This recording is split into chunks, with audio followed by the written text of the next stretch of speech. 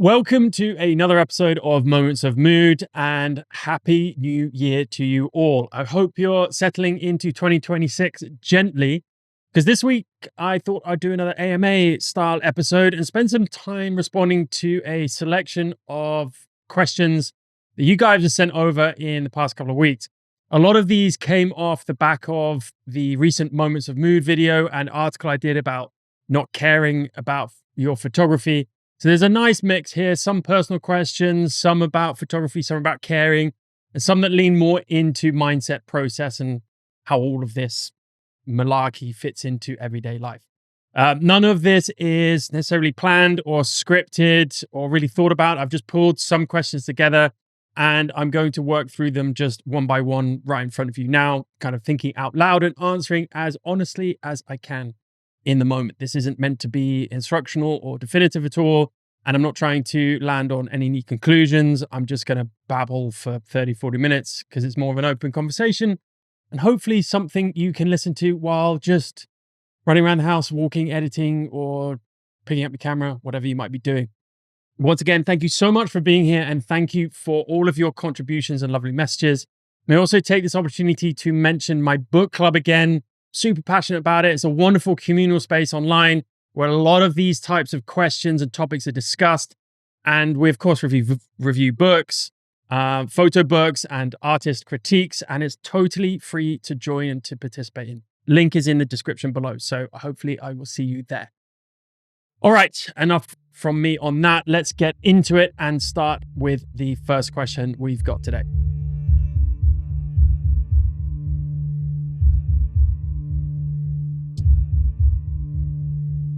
Okay, and these questions are in no particular order. I really haven't spent a lot of time on Moments of Mood episodes and a lot of time on my Substack articles, and of course a lot of time on guest episodes, but these I don't spend a lot of time on. The main reason is you guys want an authentic reaction and answer, right? So I'll try and piece together some of these and kind of understand the theme of a lot of them, hopefully at the end. But the first question is from Sophia Marin. What modest, unremarkable thing ends up doing a lot of emotional heavy lifting in your life? I saw a similar question as well to this, and it was something like, what seemingly insignificant thing contributes to your happiness or contributes greatly to your happiness? And there are a lot of things like this, and it's something that we think about, I guess, every day, but it really kind of boils down to initially about what we mean by, I guess, happiness. And I think the original question used emotional heavy lifting, but I kind of take that as contributions to happiness. So yeah, I mean, we're not here to really discuss happiness. We all pick up cameras and we're all interested in artistic craft because we feel like it makes us happier, whatever that means. I don't think there's a thing as just constant joy, unless you're on drugs all the time, and that's artificial anyway and not very healthy. Are we in a virtual reality? Are we in the Matrix? What's real? What's truth? What is happiness, right? So I think a lot of it depends on how we define that. For me, it's, yeah, like I said, it's not, I don't think there's such a thing as constant joy, and it's not success or achievement. I used to think it was, like, some achievements for me really made me feel happier in the moment, but extremely short-lived, right? I've talked about this before. Once you achieve something, or you reach a goal, or you hit a target, or you go viral. I mean, so many people say to me, "Oh, you should check out this post. It went viral. They must be so proud of themselves." So what the fuck are you talking about? It's just, I don't want to digress into that kind of societal construct that I have serious problems with. But, I used to be a little bit like that. But these days, for me, if we were to start with the foundational definition of what makes me happy, or how I see the definition of happiness and what that means to me, it's more like the ability, I guess, to return to contentment. And then I guess you're going to ask, well, how do you define contentment? Well, for me, peace, quiet, knowing that I have done everything to the best of my abilities and moral responsibilities and ethical intentions. for me, that's become a lot more important than maybe it was in my early adulthood, and which is perfectly understandable. I've had to let go of that kind of self-hate a lot of the time. And I know a lot of us battle with that.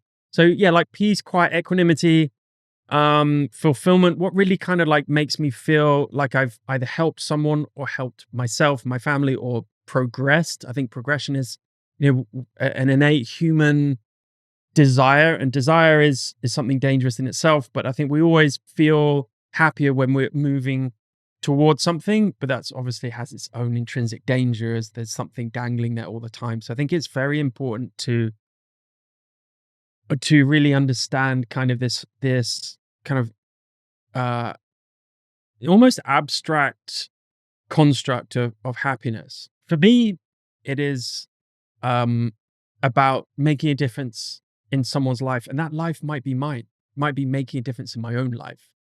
But a lot of the time it's just making really small impacts in other people's lives, and it's trying to not be happy in retrospect, not look back and go, "Oh, I was happy then," or that was a. And I think there's a question about this later. If there isn't, I'll touch upon it at the end.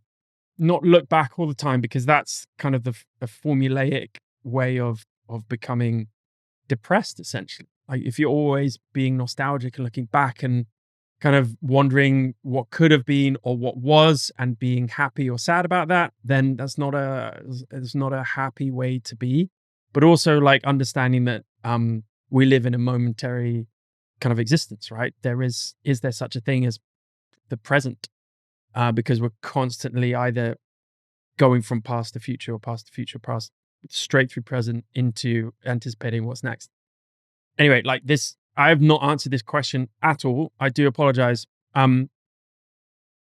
Insignificant thing or unremarkable thing ends up contributing to my emotional heavy lifting or happiness. Well, I mean, it's got to be the little things that I think I talked about this in the last time, maybe, but and I haven't changed. Like I wake up in the morning, and my first few hours of every morning are the most pleasurable.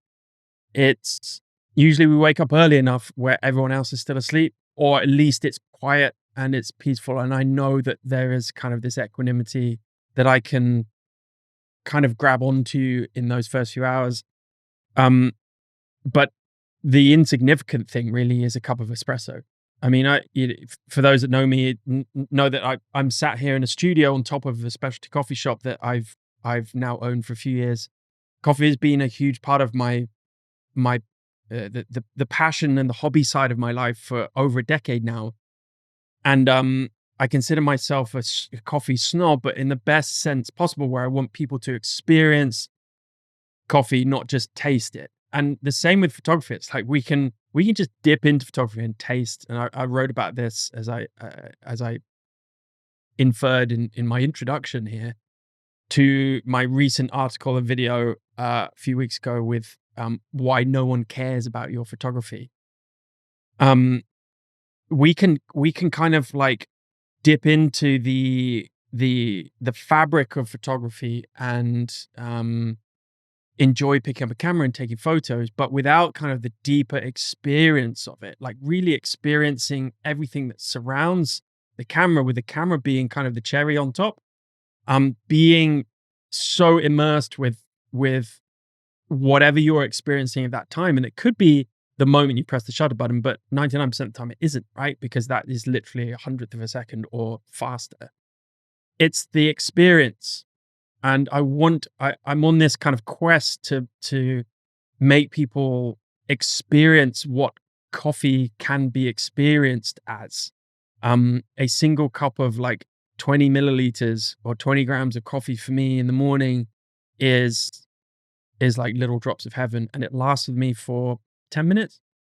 And on the face of it, extremely insignificant, but it allows me to sit in the present and just enjoy that cup and really dissect it, digest it, analyze it.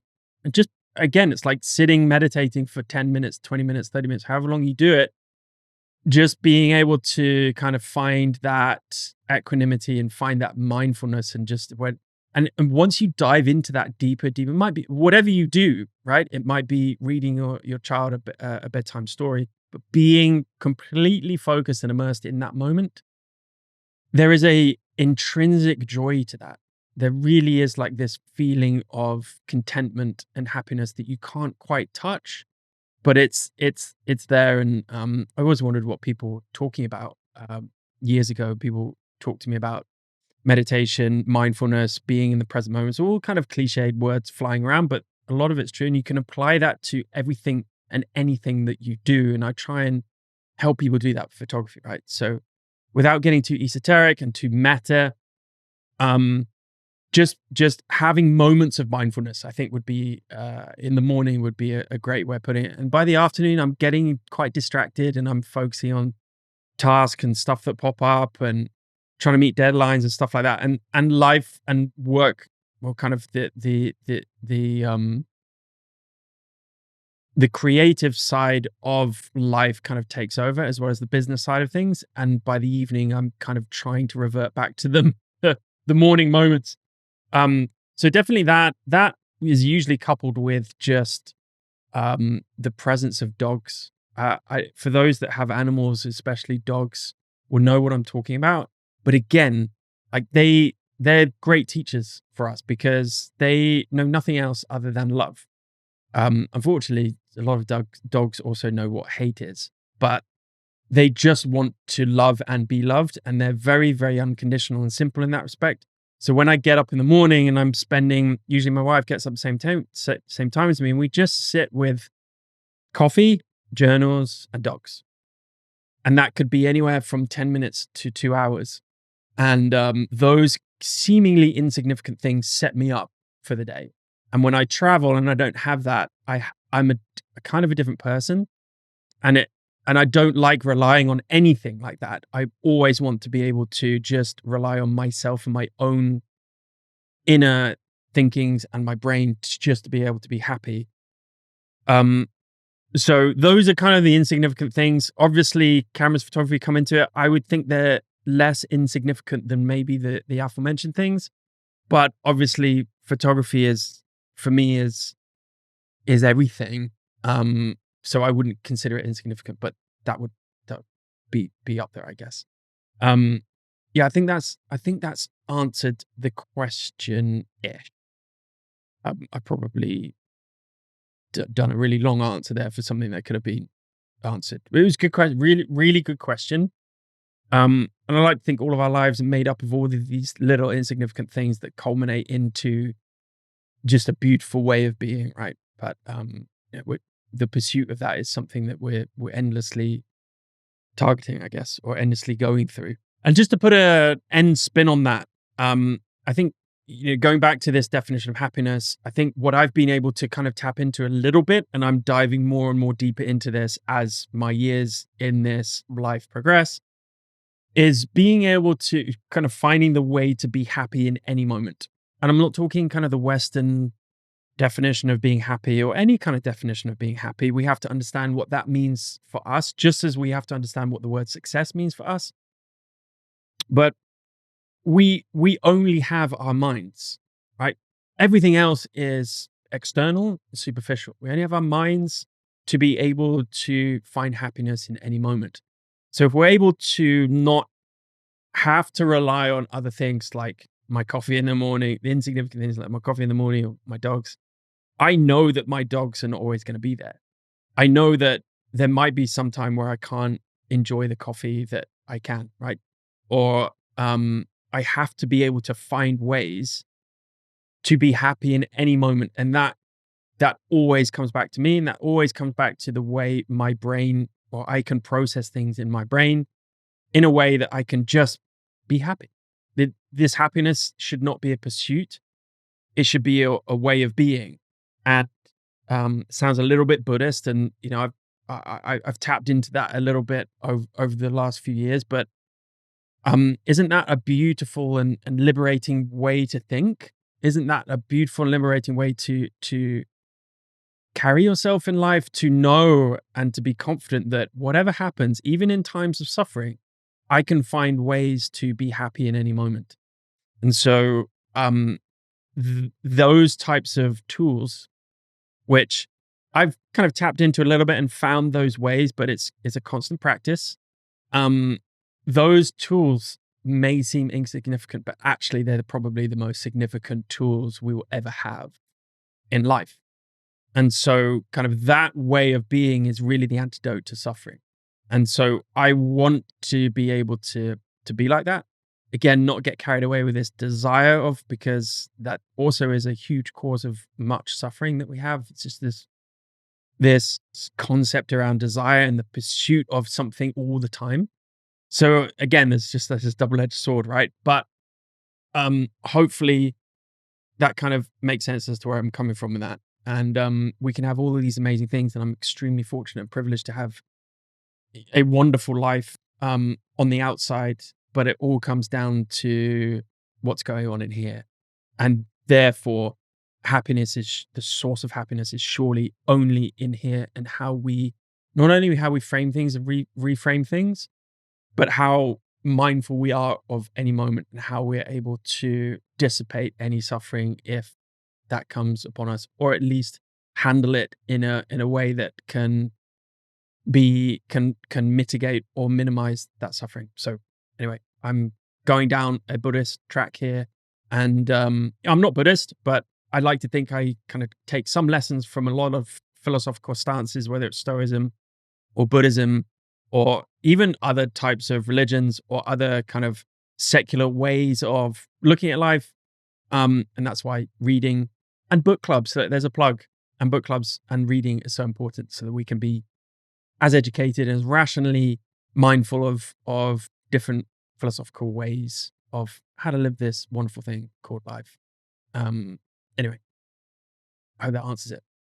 Next question is from Enna Lanev.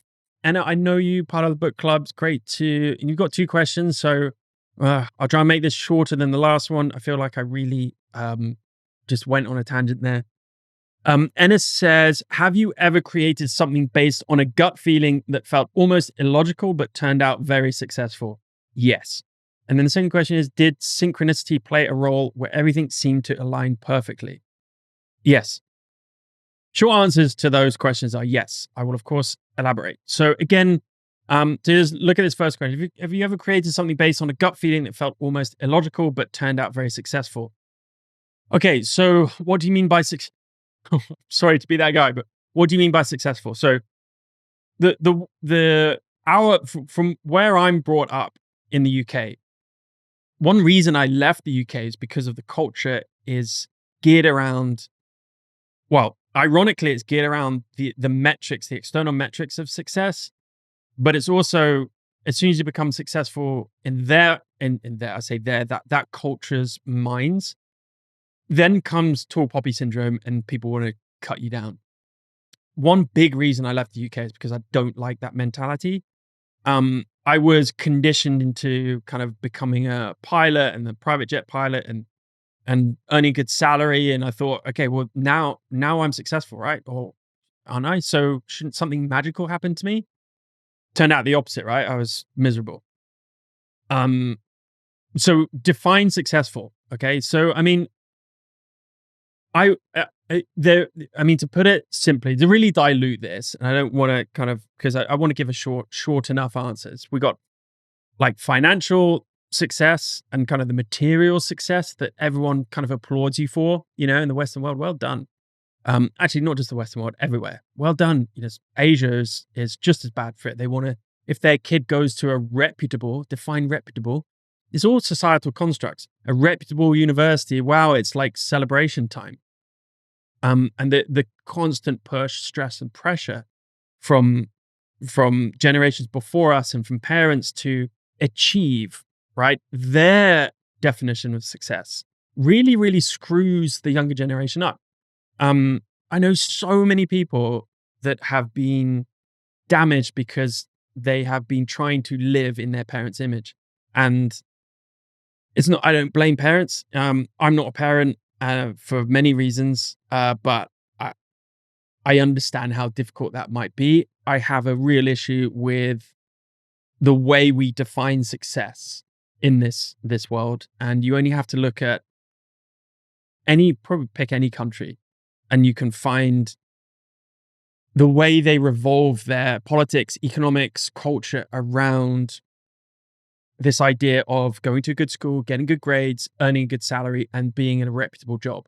And so this is a wonderful community, right? A wonderful platform in the photography community and on the podcast platform and other communal online platforms in the creative industries. We can discuss these things as to what if the word successful is something that's meaningful to everyone and that's important to everyone. I mean, if you're a painter, define success. Is that like reverence? Is that recognition? I mean, again, just go and watch my last Moments of Mood video. It's no is the answer to that. It's yes, they're all niceties and but they're all superficial. They're all kind of additions that might just make that inner success taste a little bit sweeter, right? So I think for me, success, coming back to your question about creating something based on gut, and I have a lot to say about gut and instinct. I always teach people to follow your gut, listen, like train your brain to listen to your instinct and to be in tune with your body.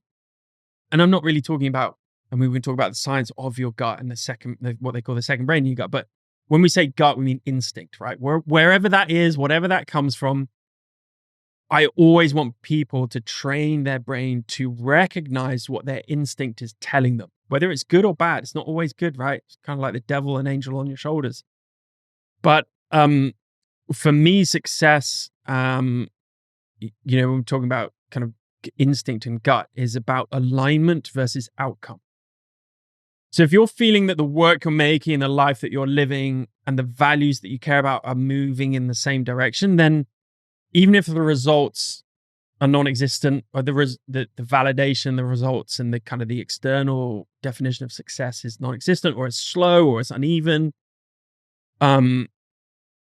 it's measured less by the money or recognition and more by whether the work still feels honest, aligned, and whether you'd keep doing it without the external metrics and the external validation and the success that the orthodox definition of success that might come with it, and whether it continues to kind of deepen your curiosity rather than drain it. For me, that's an element of success, but in practical terms, success shows up as continuity, right? You're still making the work years later. You're still doing what you love.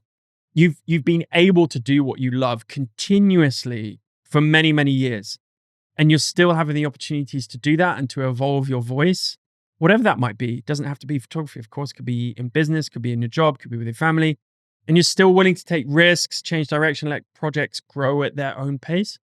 And then this comes to this word purpose. So if something gives you purpose and keeps you engaged, and people talk about this thing called flow state, but it's so true. Like if you're able to recognize the things in your life that give you flow state, and then you can do more of that, just dive into it, like do that thing as much as possible.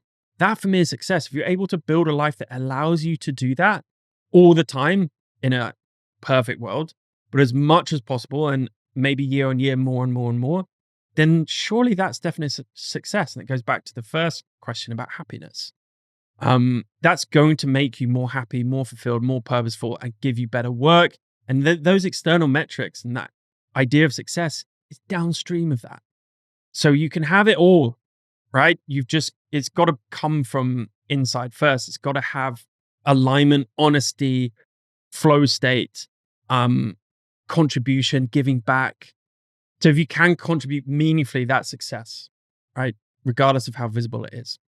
So all of this can be combined with the validation side of success, the recognition, financial gain. Obviously, money is important to kind of survive as well as to prosper. Reverence, giving back, and all of that, the rest of it. Then if you get that's downstream of what I talked about before in terms of alignment, flow state, purpose, then you've hit the jackpot, right? You're not only successful, you're happy, most likely. Anyway, so that's successful for me. So yeah, instinct, gut. I mean, I'm sometimes rebellious. I trust my gut all the time. Now, I'm not saying it works for me all the time, but I'm an instinctive guy. If I feel like something I want to go and do something, and I feel like it's right for me, whoever it's affecting. I feel like it's something I'm going to enjoy, going to get meaning and purpose from it. Maybe it's even something that will help me give back to someone else. In an ideal world, it will make some money. If that all aligns and I feel that alignment in my gut, then I'm going to do it. I'm not going to say it's going to work, but I'm going to do it. And more often than not, it has worked. If we're talking about the definition of success that I just talked about. Now, when we talk about the other definitions of success, my parents' definition of success, maybe your parents' definition of success, Western society's definition of success, basically, you've got to have a job that sounds good. You've got to earn above average income, and then you've got to go and tell all your friends and family about it. No, that's not going to work for me. And my instinct does not lead to that type of success for me. So call that what you will. And sometimes like when things do fail, it's usually not down to my instinct. It's usually down to my brain. Either I'm not clever enough to realize its potential, or or the opposite. I'm just overanalyzing and overthinking and ignoring intuition. And I think a lot of, some examples, and now I'll answer your question because you asked for examples. Moving countries twice, moving home is bad enough, but moving countries, both based on instinct, instinct towards opportunities that were presented, adopting more animals than I can remember, or fostering and adopting animals. We have 4 dogs in the house, and it's 4.5. We have a stray that we look after, but it's a lot. And now we're kind of like, you lose a lot of, it's just like, it's not just like having kids. It's a little easier than having kids in terms of commitment wise, but we're committed to our animals. And so like, that's kind of put us in a box, and we only have so many options if we really care about these animals. So that was an instinct. Like, we just want to, there's just no thinking. When an animal needs us, that's what we care about, and we go and look after it as much as we can. This studio doesn't make any money. Don't care. The cafe we're sat on top of, like, obviously I'm not going to share the financials. It does all right, but it's not at the moment where it's going to take over the world. But I love it. Like, it gives me, and the people that we employ, and the customers, the loyal customers, the returning customers keep coming back, and everyone we impact. Yes, every now and then we get a bad experience and bad reviews and stuff, but most of the time it gives me so much fulfillment and so much joy, having this thing that I created and being able to share that thing with other people. That was all instinct. It was like, I've been dreaming of this for ages. I don't even know what the plan is. I see an opportunity, something came up. I'm just going to go fucking do it. I know I can make it work, whenever that might be. So that was it. This podcast, this was instinct. This was a post-COVID thing. It was like, really taking photography a lot more seriously, more in a professional sense, and just wondered like where the community was. And I wanted to kind of reach out and just talk to other photographers. I didn't think about it. I just started talking. I just picked up the microphone and started talking. And then even now, I don't have much of a strategy behind it. I shy away from kind of the commercialization of it as much as possible. I don't want this to be a podcast that is full of ads and just always selling you guys something and always plugging something. But seriously, join the book club. This is instinct. This is the way I wanted to connect with people. This was the way I felt I was going to serve myself and an audience as best as possible. And I've loved pretty much every minute of it. It has its tough periods, of course, but this was all instinct. And then, of course, when we actually get to photography, it's all instinct. Of course, like, we're impacted by environmental circumstances and inspirations and people we talk to, and just everything we soak up and consume in this world of consumption. But I still don't look at photography as in any business sense. Maybe I should. So I don't really kind of like, obviously I do business activities within photography, but I don't perceive it like that. I don't allocate time to pick up a camera. I don't allocate time to edit. I don't allocate time to pitch. I don't allocate time to think about how I'm going to evolve as a photographer. It's all instinctive. And I pick up little things along the way, obviously, and I think, oh, I might try that next time, or I might add that into my notebook to work on the next project, blah, blah, blah. But most of the time, it's like, if I look at some of my old images and the way I've evolved as a photographer, there's no good or bad there. It's just instinct each day as we move forward and kind of find that voice and develop style and go into the nooks and crannies of where we want to be in the photographic world and what really sparks curiosity and happiness with it within the photography industry for us. So all of that's instinctive. I don't really think about it too much. There is an argument, maybe I should think about it more, but I'm happy with where everything is at the moment. It's a very, very slow, arduous journey for me, as I know it is for many photographers out there, probably for a lot of you listening or watching this. As I know, and the comfort I get through the podcast and speaking to many, many photographers is that they've gone through the same thing or still going through the same thing. So I'm okay with that now. And so less is more analytical, less is more thought out, even more so instinctive these days. And the question about synchronicity, which was, did synchronicity play a role where everything seemed to align perfectly? Yeah, I think I've kind of answered that already. Yes, definitely. I think that really comes in with recognizing opportunities. So one of my strengths, I believe, is always being able to recognize good opportunities or opportunities worth pursuing. Sometimes they don't work out, but I always want to try and say yes to things. And that comes back to how you philosophize life. But I think the synchronicity things, like you've got to be aware of what your gut's telling you, and you've got to be instinctive in terms of recognizing those opportunities where everything comes together and go, it just feels right. Right time, right place, right circumstances, right people. Let's go and do it. So you kind of got to read energy, you got to read timing, and most importantly, you got to read that intuition, that instinct. And I think a lot of people confuse or conflate at least instinct with impulse. Wisdom and avoidance. It's easy to be wise after an event. But yeah, I think where instinct sometimes has let me down is where I've misread it as impulse. And this comes back to whether it's, I don't know, spending habits, eating, used to be a lot of drinking, and just like impulsive behavior, not in a really bad way, just maybe not conducive to positive health. So I think like it's easy for us to, oh, well, my gut's telling me to have another drink. Well, is it? Probably not. My gut's telling me to buy another lens. Yeah, probably not.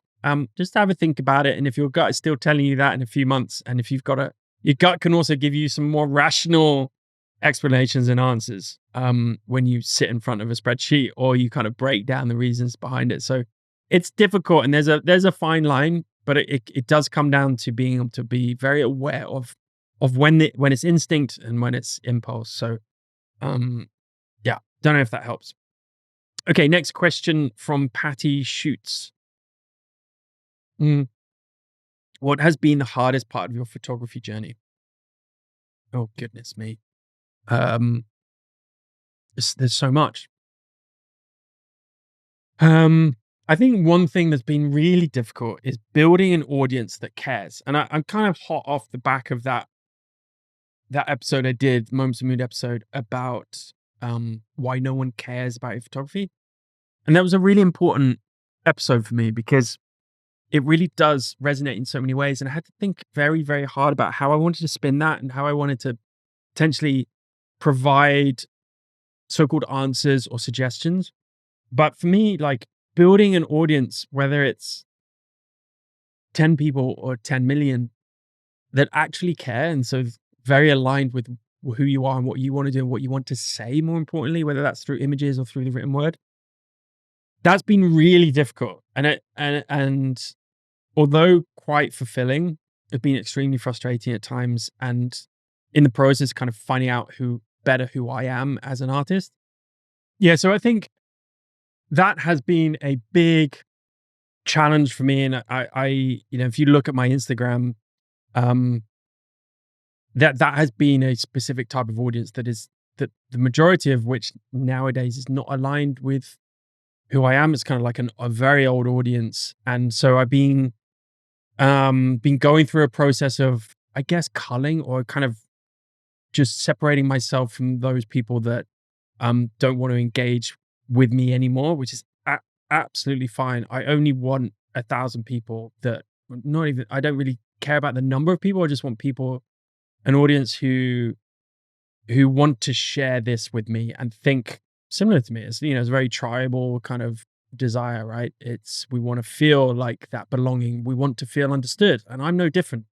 And so when a lot of the time my messages don't land, or not, certainly didn't used to, it's frustrating because you're like, where's the disconnect? And so building an audience, not just any audience, people really need to think about this carefully. And I wish someone had told me this 5 years ago. But building an audience that actually cares and that actually is aligned with other peers like myself who think similarly, differently enough where we can have discussions, but similarly enough to kind of come and join the space with me, and we can see what happens where it goes. And that's really where kind of like the beauty of connections lie. So I think it's a really difficult thing to do, and I don't necessarily teach people to do that, because I'm still kind of figuring it out for myself. I think I've done enough to kind of know, okay, what works, what doesn't work, and where my audience sits. But that has definitely been a good journey, but has been really, really difficult for me. But I definitely have some advice on that, which may be for another episode.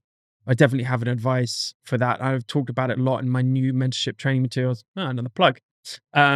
New training materials for my mentorship, which will be coming out probably the end of January, because it's just such a huge part of having, of positioning yourself, having some presence with your voice, and then positioning that voice within an aligned market, not just a financial market, an aligned market in terms of audience, right? Who are you going to get the most reverence from? Who are you going to get the most interaction and connection from? And it's really difficult to find that. Everyone has an audience. It's just a matter about finding it. And so for me, that's been very difficult in terms of my photography journey. But the other thing I would say has been quite difficult is understanding who I am as an artist. So coming back to kind of that voice aspect, that was a very, very difficult thing, as it is for everyone, and it's not clear cut. A lot of people teach it, and I mentor it. I wouldn't say I teach it.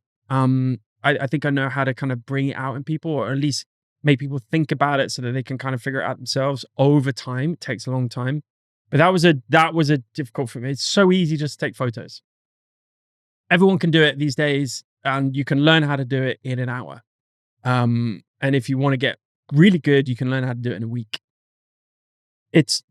But kind of having something to say with that, and being obsessed with something in life where you can carry a camera with you and record that obsession is a real art form in itself. And being able to then express that in your own way is not only just the real beautiful part of photography, but it's where it all is where all the meaning comes from. But it's difficult to do.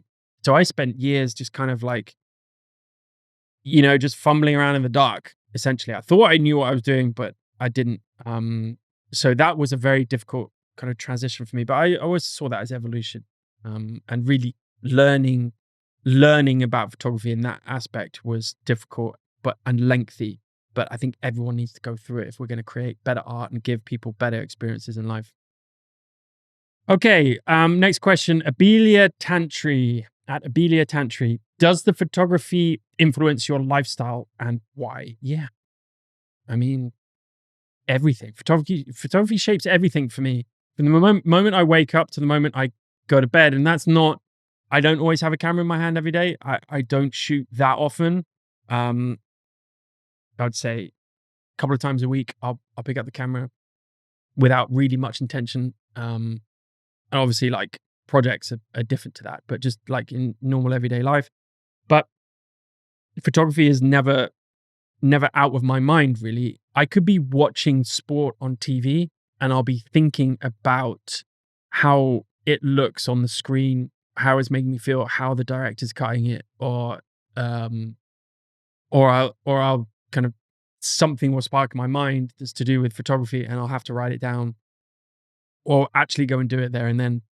Um, or I could be traveling, like travel, like photography. Oh, I'd love to take a photo of that, or I'd love to explore that little story more, but I don't have time. So I just write it down and see if one day I can go back to it. Or, with an iPhone these days, it's wonderful, right? I'm probably taking a video or photo every day. Um, but thinking about it, like, make sure the light's good, just in a photographic way. Um, Collaborations, everything surrounding photography. Like, oh, I really want to talk about that, or I really want to read about that. Photo books, they're all over my house, and I just want to be able to, even if it's just picking one up and seeing it and just reading something for 5 minutes, or just looking at an image sequence for 5 minutes, whatever it might be. Like, it shapes everything. When I go traveling, most of our holidays or non-work trips, we have a few a year, they're geared around, much to the dismay of my wife, they're not geared around photography, but they have photography in mind. Like, I'm thinking about, okay, where are we going to go, where we can get a little bit of rest, but rest, like, I want to create some cool stuff, or want to go and explore that part of the world, or that type of culture, or go and do that experience. Me and my wife, we're so keen on experiencing stuff. We don't have hotel, swimming pool, beach holidays. We will go and explore something, and because of that, there'll be a multitude of opportunities to take photos. And so, don't tell my wife this, but pretty much every trip, I'm thinking about how that might benefit me in a photography sense. She's not stupid, she knows. But we got to kind of make it work for both of us. So yeah, I think everything. It's really no longer. I got to a point where it's no longer something I do. It's just how I see everything. It's how you start seeing life. Even when you're not shooting. And I don't have to. I used to be like, I have to photograph everything. I kind of wish I was a bit like that again, but I've become more immersed in moments and experiences. And look, if I have a camera on hand, I'm shooting, but I'm still seeing everything through a photographer's eyes. I don't know if that's a good thing or bad thing, but at least it keeps my brain in that pattern. Okay, next question. Andy at Andy Thompson _photographer. Any advice for someone brand new but totally in love with the craft? Well, get my course, watch all my podcasts, sign up to my mentorship, join the book club, all of those. But I'm just joking. I think the main thing is, you've got to stay. It's like being a child. You've got to stay in love with the art for as long as possible without thinking about anything else.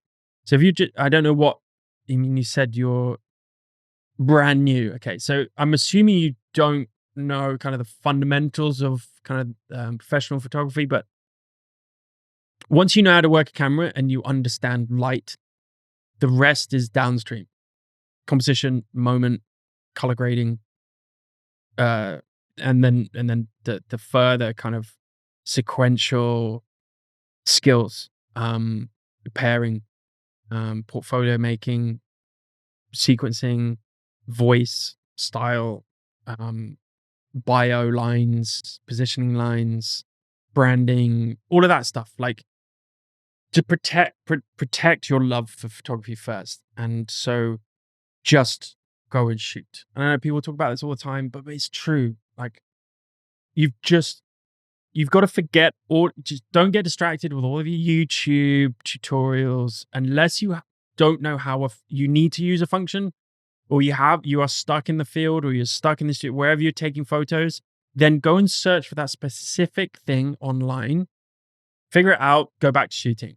You will learn more than any tutorial, any book, any course, any formal education by just going and making mistakes and going and learning and figuring out what you want to do with the camera and what your viewpoint is and what your perspective is. That would be really my only piece of advice. And then, of course, like I said earlier, like immerse yourself in the culture of photography. So things like photo clubs, book clubs, podcasts, books, photo books, as well as normal photography, nonfiction books, other art forms like poetry, painting, go to museums, go to galleries, just try it. Just immerse yourself in it as much as you physically possible if you really do love it. And then you'll find out, okay, that's for me, that isn't for me, that's for me, that isn't for me. I know what I like. I know what I like to see. I know what I like to consume as a in terms of photography and photographs. I know who my heroes in the space are. I know who my inspirations are. I know what I like to listen to. Podcast. I know what I like to read. I know how kind of what I like to photograph, what subject matters, how to do them. That takes a long time. I'm not going to lie to you. It takes a long time.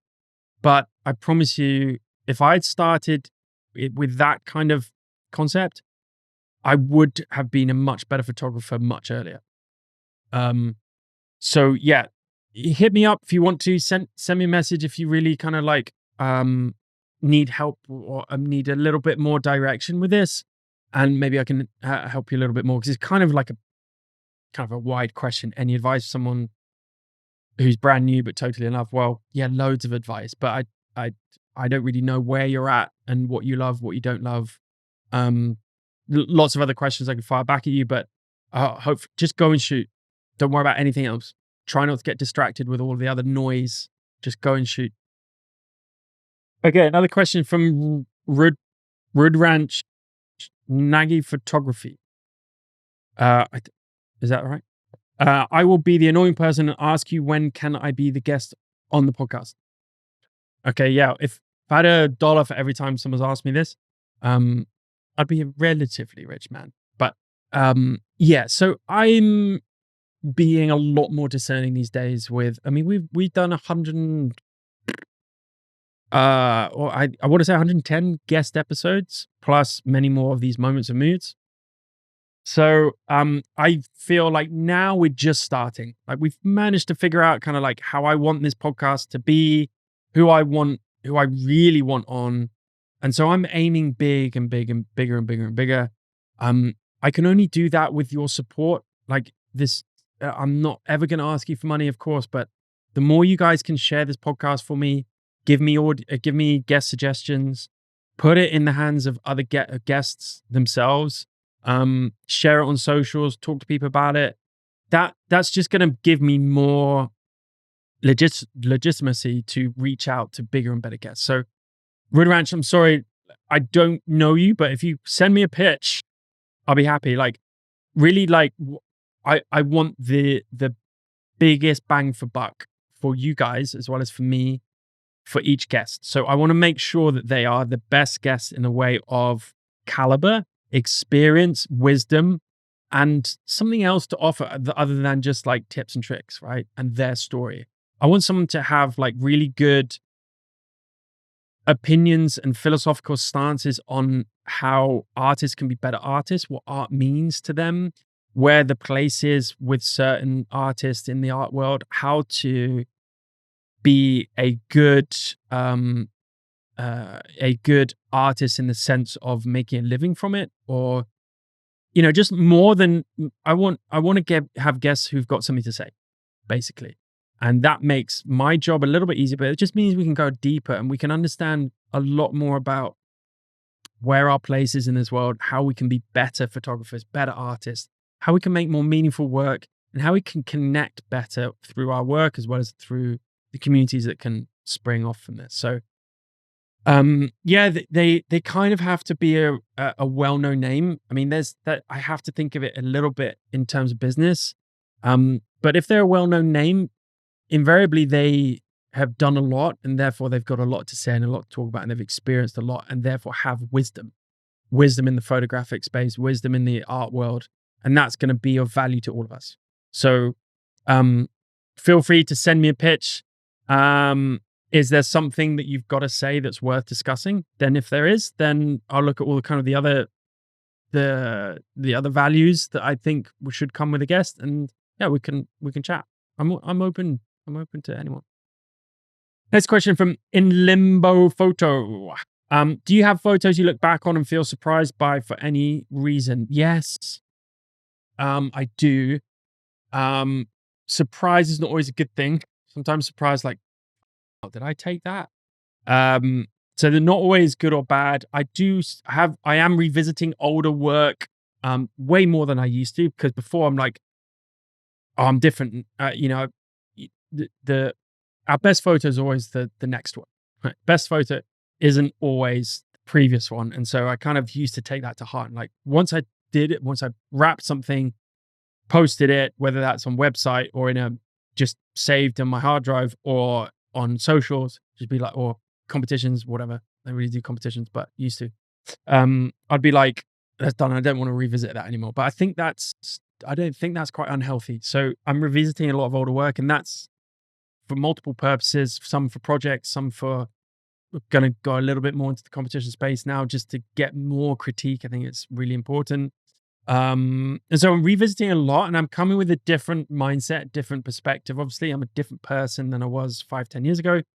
And I'm surprised. I'm often surprised at how technically proficient they are, but I'm also surprised at some of them just having such a lack of meaning or a lack of place in other photos that I might have taken at the time. So I'm surprised at how good some of them still are, and how timeless some of them are, that I can use them now and guaranteed in the future for whatever I might need. So yeah, I'm surprised all the time. As an artist, I've evolved a lot, both aesthetically as well as metaphorically and figuratively. So I think I'm surprised at how fast I have evolved, and I kind of like feel a little bit nostalgic about that. I don't want to leave the old Matt the photographer behind that did such good work, but it's just so different. So now I'm like, yeah, I don't think surprised all the time in that sense, but certainly surprised at the kind of level of difference and the level of evolution that I've achieved, and I'm really happy with where it is, and I'm excited to see where it goes, right, in the next 5 to 10 years or whatever. Okay, next question from Anna Maria Serla. Anna Maria, good to hear from you. What would you like to re-experience because you didn't appreciate it fully the first time?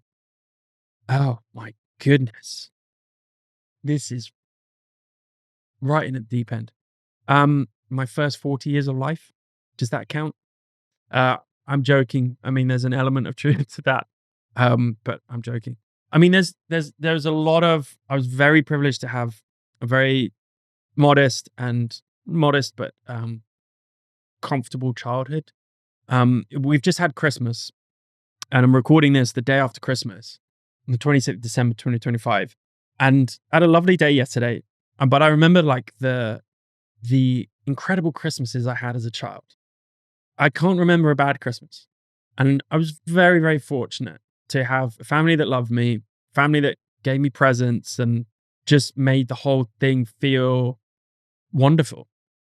And I had that for very, very long time. And so I think, just because Christmas has just happened, it makes me think about, yeah, I'd like to go and re-experience some of those early Christmases, even into early adulthood, my early 20s, where I'd still go home and my mum would have all of the home cooking and Christmas carols on, and we'd go and see family and friends that lived near us. And definitely this familial vibe and atmosphere that was just second to none. And I hope you guys had that type of Christmas this year.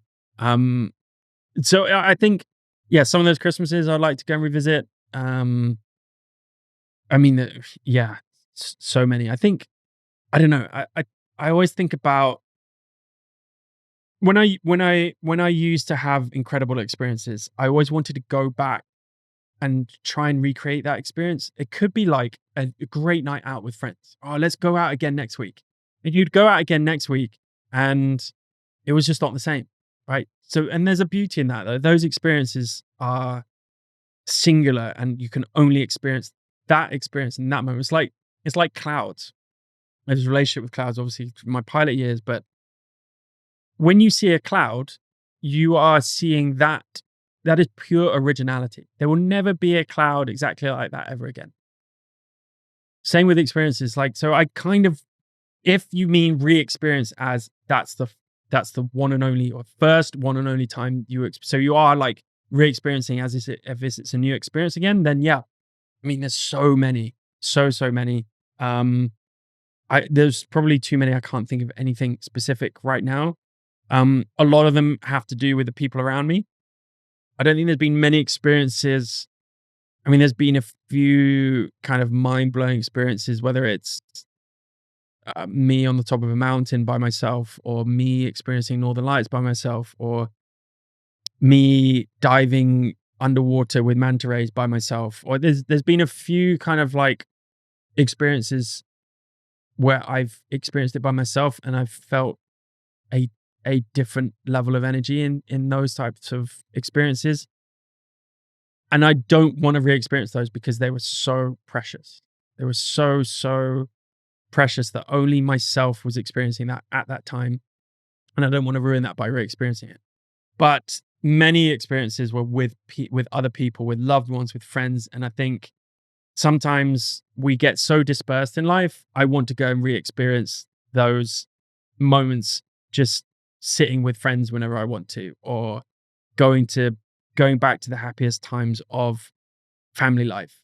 Or, there's I'm 43 years old, so I have many experiences. I mean, so fortunate to have traveled the world, met so many people, have had a wonderful upbringing, family that love me, and I could pick from a million experiences. But I think some of those travel experiences and cultural experiences that my curiosity have led me to have been something I want to go and re-experience. But I might bring other people with me. I might, because maybe I only experienced it with a stranger. I might want to bring, so many times I've experienced something and I wanted my wife to be with me, or I've wanted my best friends to be with me because I knew it'd be even more fun.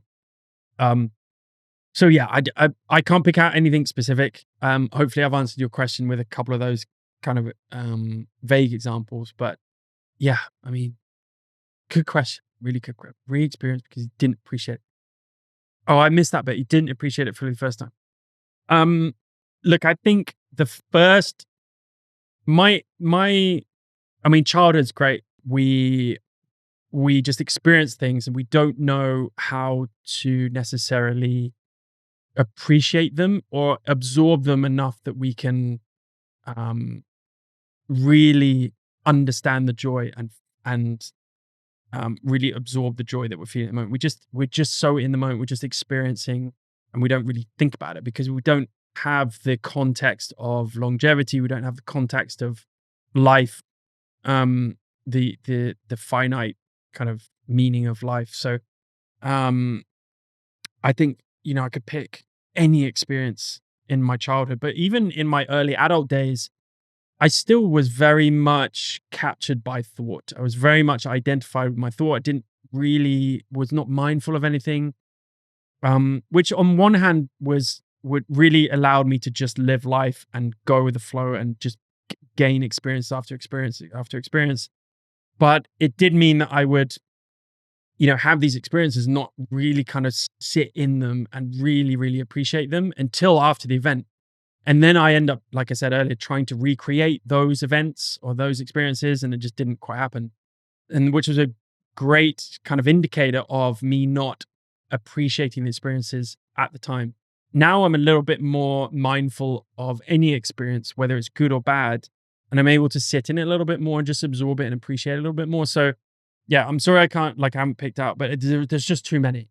There's just too many, and that's not regret at all. Very, very few things I regret because I believe that every little mistake, setback, or success, or whatever it might be, has a reason behind it. Most of it's just learning.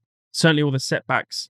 I was looking at, I was reading a Jocko Willink quote, and he always tells people when they complain or they say, "Oh, I've just had this massive setback and I've lost a load of money, or I've got cancer, or real kind of life setbacks."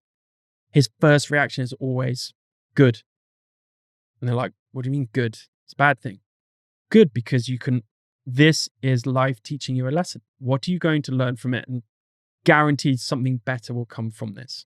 Now, obviously, that's not always true, especially in the case of serious illness and of terminal illness, but there are always opportunities to learn and to be a better person from an experience. And I think we all know that deep down. So whether it's a good thing or a bad thing, I'm much better these days in my middle age to appreciate any experience, whether it's, like I said, a bad thing that I know is probably going to teach me something and I'm able to respond to it rather than react to it, or a good thing where I'm able to appreciate it more and to be in that moment, be in that experience.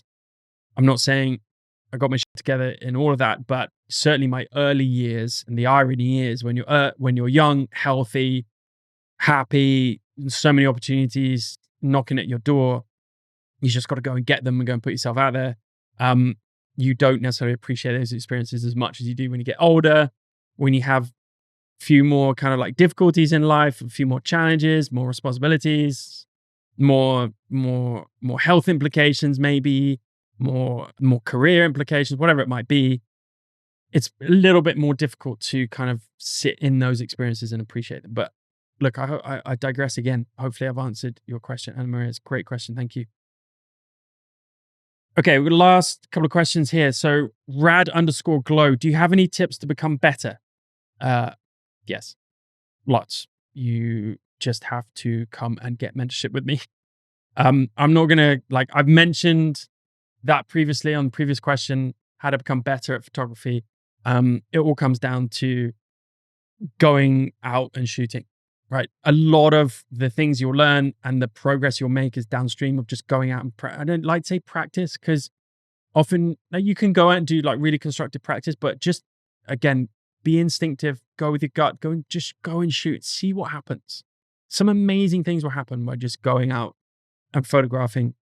Actually, this brings me back to a quote that Wesley Verhoeven, who I just had on the podcast, talks about the difference between beginning and starting. And if I don't know, it doesn't say, I don't know if you're at the start of your journey or if you've been doing it for a while and you're struggling, just kind of making inroads and becoming better. But this concept of beginning rather than starting, everyone can start something. They can read 1 million books and they can say they're going to start the diet on Monday, but actually beginning and actually doing it consistently over time, and actually going out, putting feet on the ground, picking up your camera, doing it day in, day out, when maybe you don't really want to, or you're not making progress. If you're just wanting to start, don't start, begin. And the best way to begin is to get off your phone, pick up the camera, leave your house, just see what happens. You don't have to think about it. So yeah, I think sometimes we can think too much. Sometimes we can kind of try and get all the advice and read all the tips and do all of this that we can try and consume. Most of it just comes down to the best artists out there, best photographers I've ever spoken to and seen or followed. They have just gone and done it with no caveats. They've just gone and done it. And that's the best way of learning and being better. If you're struggling with something, you do it until you fix it. So photography is no different. It's not rocket science. Okay, Maya Collins asks, who are your guests going to be in 2026? And can we add suggestions or requests? I can't tell you who the guests are going to be in 2026. Not because I don't want to tell you, but because I haven't got a list yet. I have many pending guests who I'm trying to fix confirmations with and dates. I often don't have a plan past a month in advance, just because I travel a lot and I don't like to record podcasts, or commit, should I say, to podcasts while I'm traveling. I like to do it here in the studio. I like to kind of bash 4 or 5 out within a week or within a couple of weeks. So I kind of gear up to that. So the next recording kind of batch will be the end of January, beginning of February, where I'm kind of hopefully finalizing a few guests. But kind of this leads me on to what you guys want. Would you rather? Usually, I don't tell you guys who the guest is until we release the episode. Would you rather I give you a heads up as to who the guest is going to be, or even guests are going to be over the next few weeks? If you would, I think it might be a good idea. That way, you can kind of do a little bit of a research, even just 5 minutes to check out who the photographer is if you don't know them. That means I spend less time on the podcast kind of doing the groundwork as to who these people are and what they've done, which I absolutely don't mind doing. But I don't know. I don't know if that would be of any value to you guys, but if so, please let me know. So yeah, hopefully earlier I answered that question about a guest on my show, but hopefully I will be getting bigger and better. I mean, bigger and better, define that, but more kind of established, reputable, well-known artists that are able to, that really have something to say, and that we can really give you guys as much value as possible from people who've been there, done it, and have a lot of wisdom to share. So hopefully that's the plan. And they may not always be photographers, right? I've got a few lined up that aren't photographers. So hopefully they come through, but we'll see. That's it, guys. I've talked for long enough. I don't know if these are any value to you. I often find myself sat here kind of ruminating over the answers and then digressing. It's weird because I'm not in an interview setting. So if I have someone there, I'm usually a little bit more direct, but I'm just talking to a camera, right? And a screen. But hopefully this helps. It's been fun. It's great to try and articulate some of these like in real time. So thank you for all your questions. Thank you for following. Thank you for listening. Here's to a wonderful 2026 for everyone. I hope to see you in the book club community or in the other communities I run, as well as here in the comment section or anywhere in this beautiful world that we call photography and art. And I wish you guys all the best. Thank you so much for participating and for your support over the last however long it may have been. And until next time, till the next episode, I wish you all the best and see you there. Happy shooting.